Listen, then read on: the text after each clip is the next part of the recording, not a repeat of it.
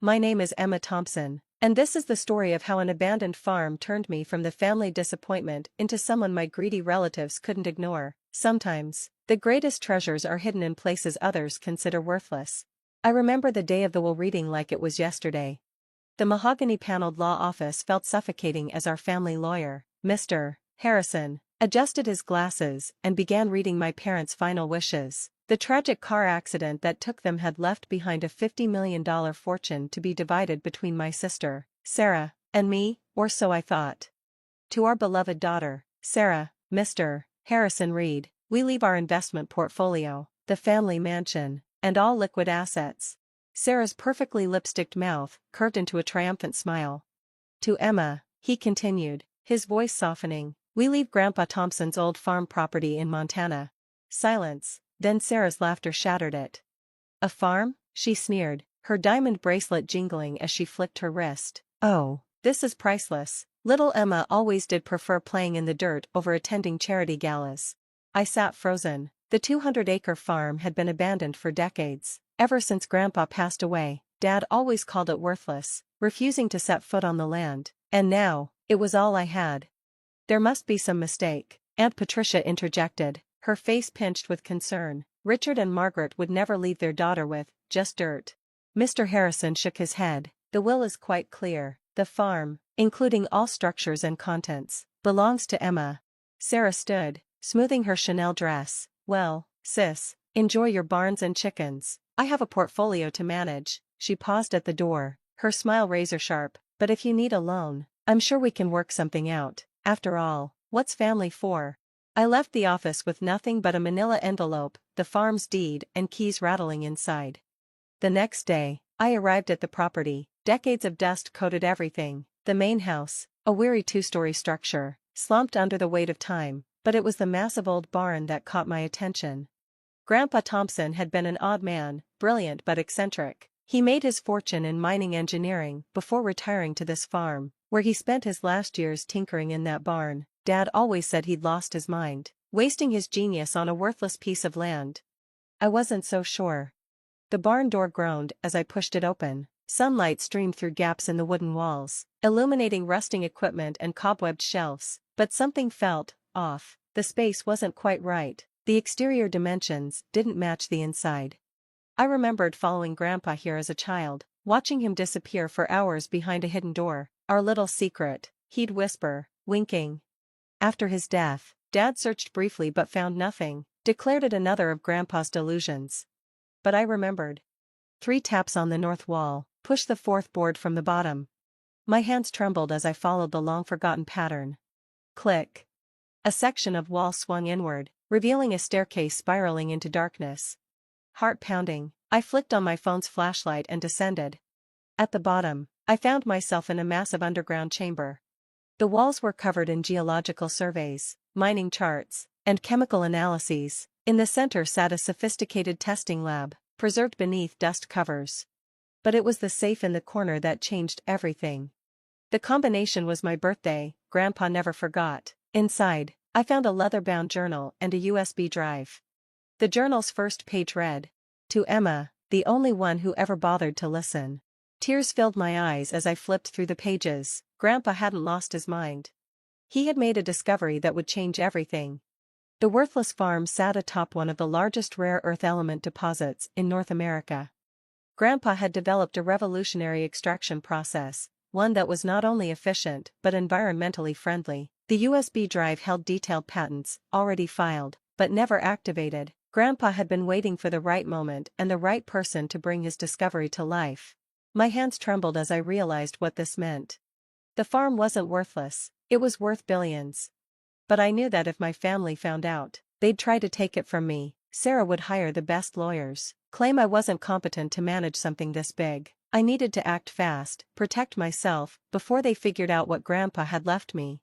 That night, I stayed in the old house, poring over every page of Grandpa's journal. By morning, I had a plan. I made 3 calls, to a patent lawyer, a mining engineer, and an investment banker I'd befriended during my quiet years working in finance, a career my family had always looked down on. Keep this absolutely confidential, I told each of them. I'm about to show you something that will change everything. Over the next 6 months, I worked in secret while Sarah posted photos of her luxury vacations and charity galas. I built a team of the industry's best minds. The barn, once filled with dust and decay, became our command center, transformed with cutting-edge equipment. "These patents are revolutionary," Dr. Chin, our lead engineer, said one late night. "Your grandfather's extraction process could make rare earth mining not only profitable but environmentally sustainable. Do you realize what this could mean?" I did. With the increasing demand for rare earth elements in everything from smartphones to electric vehicles, we were sitting on a gold mine, literally and figuratively.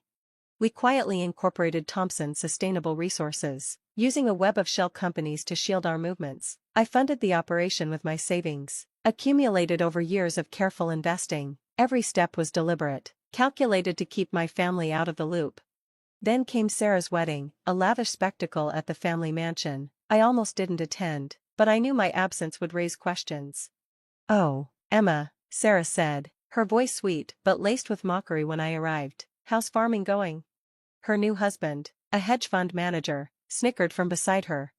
"It's quite educational," I replied coolly. "Actually, I've been meaning to ask, how's the tech sector of your portfolio performing?" Sarah's smile faltered, a flicker of concern crossing her face. "Why?" "Just curious," I said, sipping my champagne. "I heard rare earth element shortages are causing some trouble for manufacturers. Must be affecting stock prices." "I haven't checked recently," she admitted, her discomfort growing.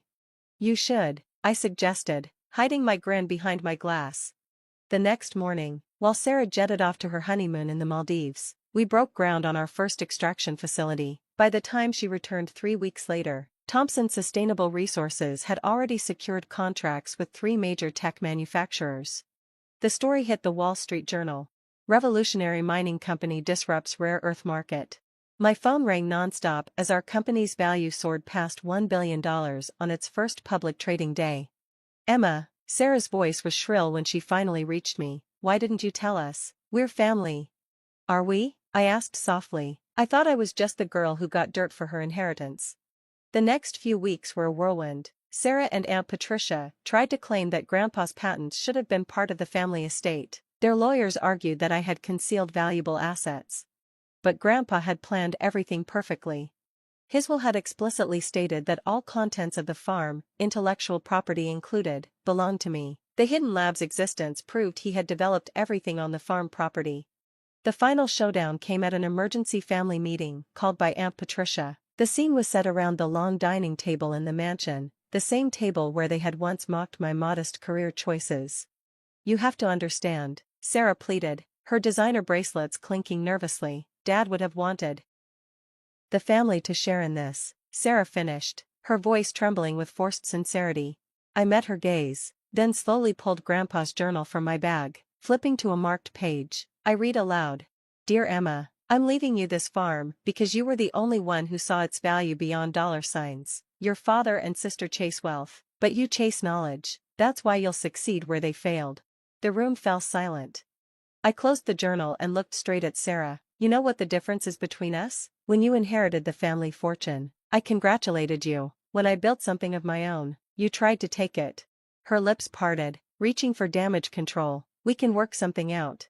"Actually, we can't," I interrupted smoothly, "but I will give you some free advice. Invest in sustainable technology. Thompson Sustainable Resources is about to announce a major expansion." I turned to leave, but Aunt Patricia's voice sliced through the air. "Your parents would be ashamed of how selfish you're being." I glanced back one last time. "No," I said, voice steady, "they'd be ashamed they never saw what Grandpa saw in me. But that's their loss, just like this company is your loss." Today, Thompson Sustainable Resources is valued at $12 billion.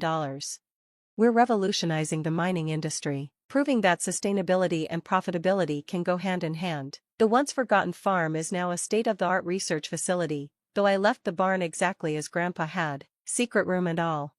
Sarah still reaches out occasionally, usually when she needs something. Last month, she called about investing in our latest venture. I had my assistant direct her to our public investor relations line. The family mansion, recently put up for sale. Sarah's reckless spending and bad investments had finally caught up with her. I bought it. Through a shell company, of course. It's now a science education center for underprivileged kids, because real wealth isn't about hoarding riches, it's about creating opportunity. Yesterday, I received an invitation to speak at my old high school's graduation ceremony. The topic? Finding value in unexpected places.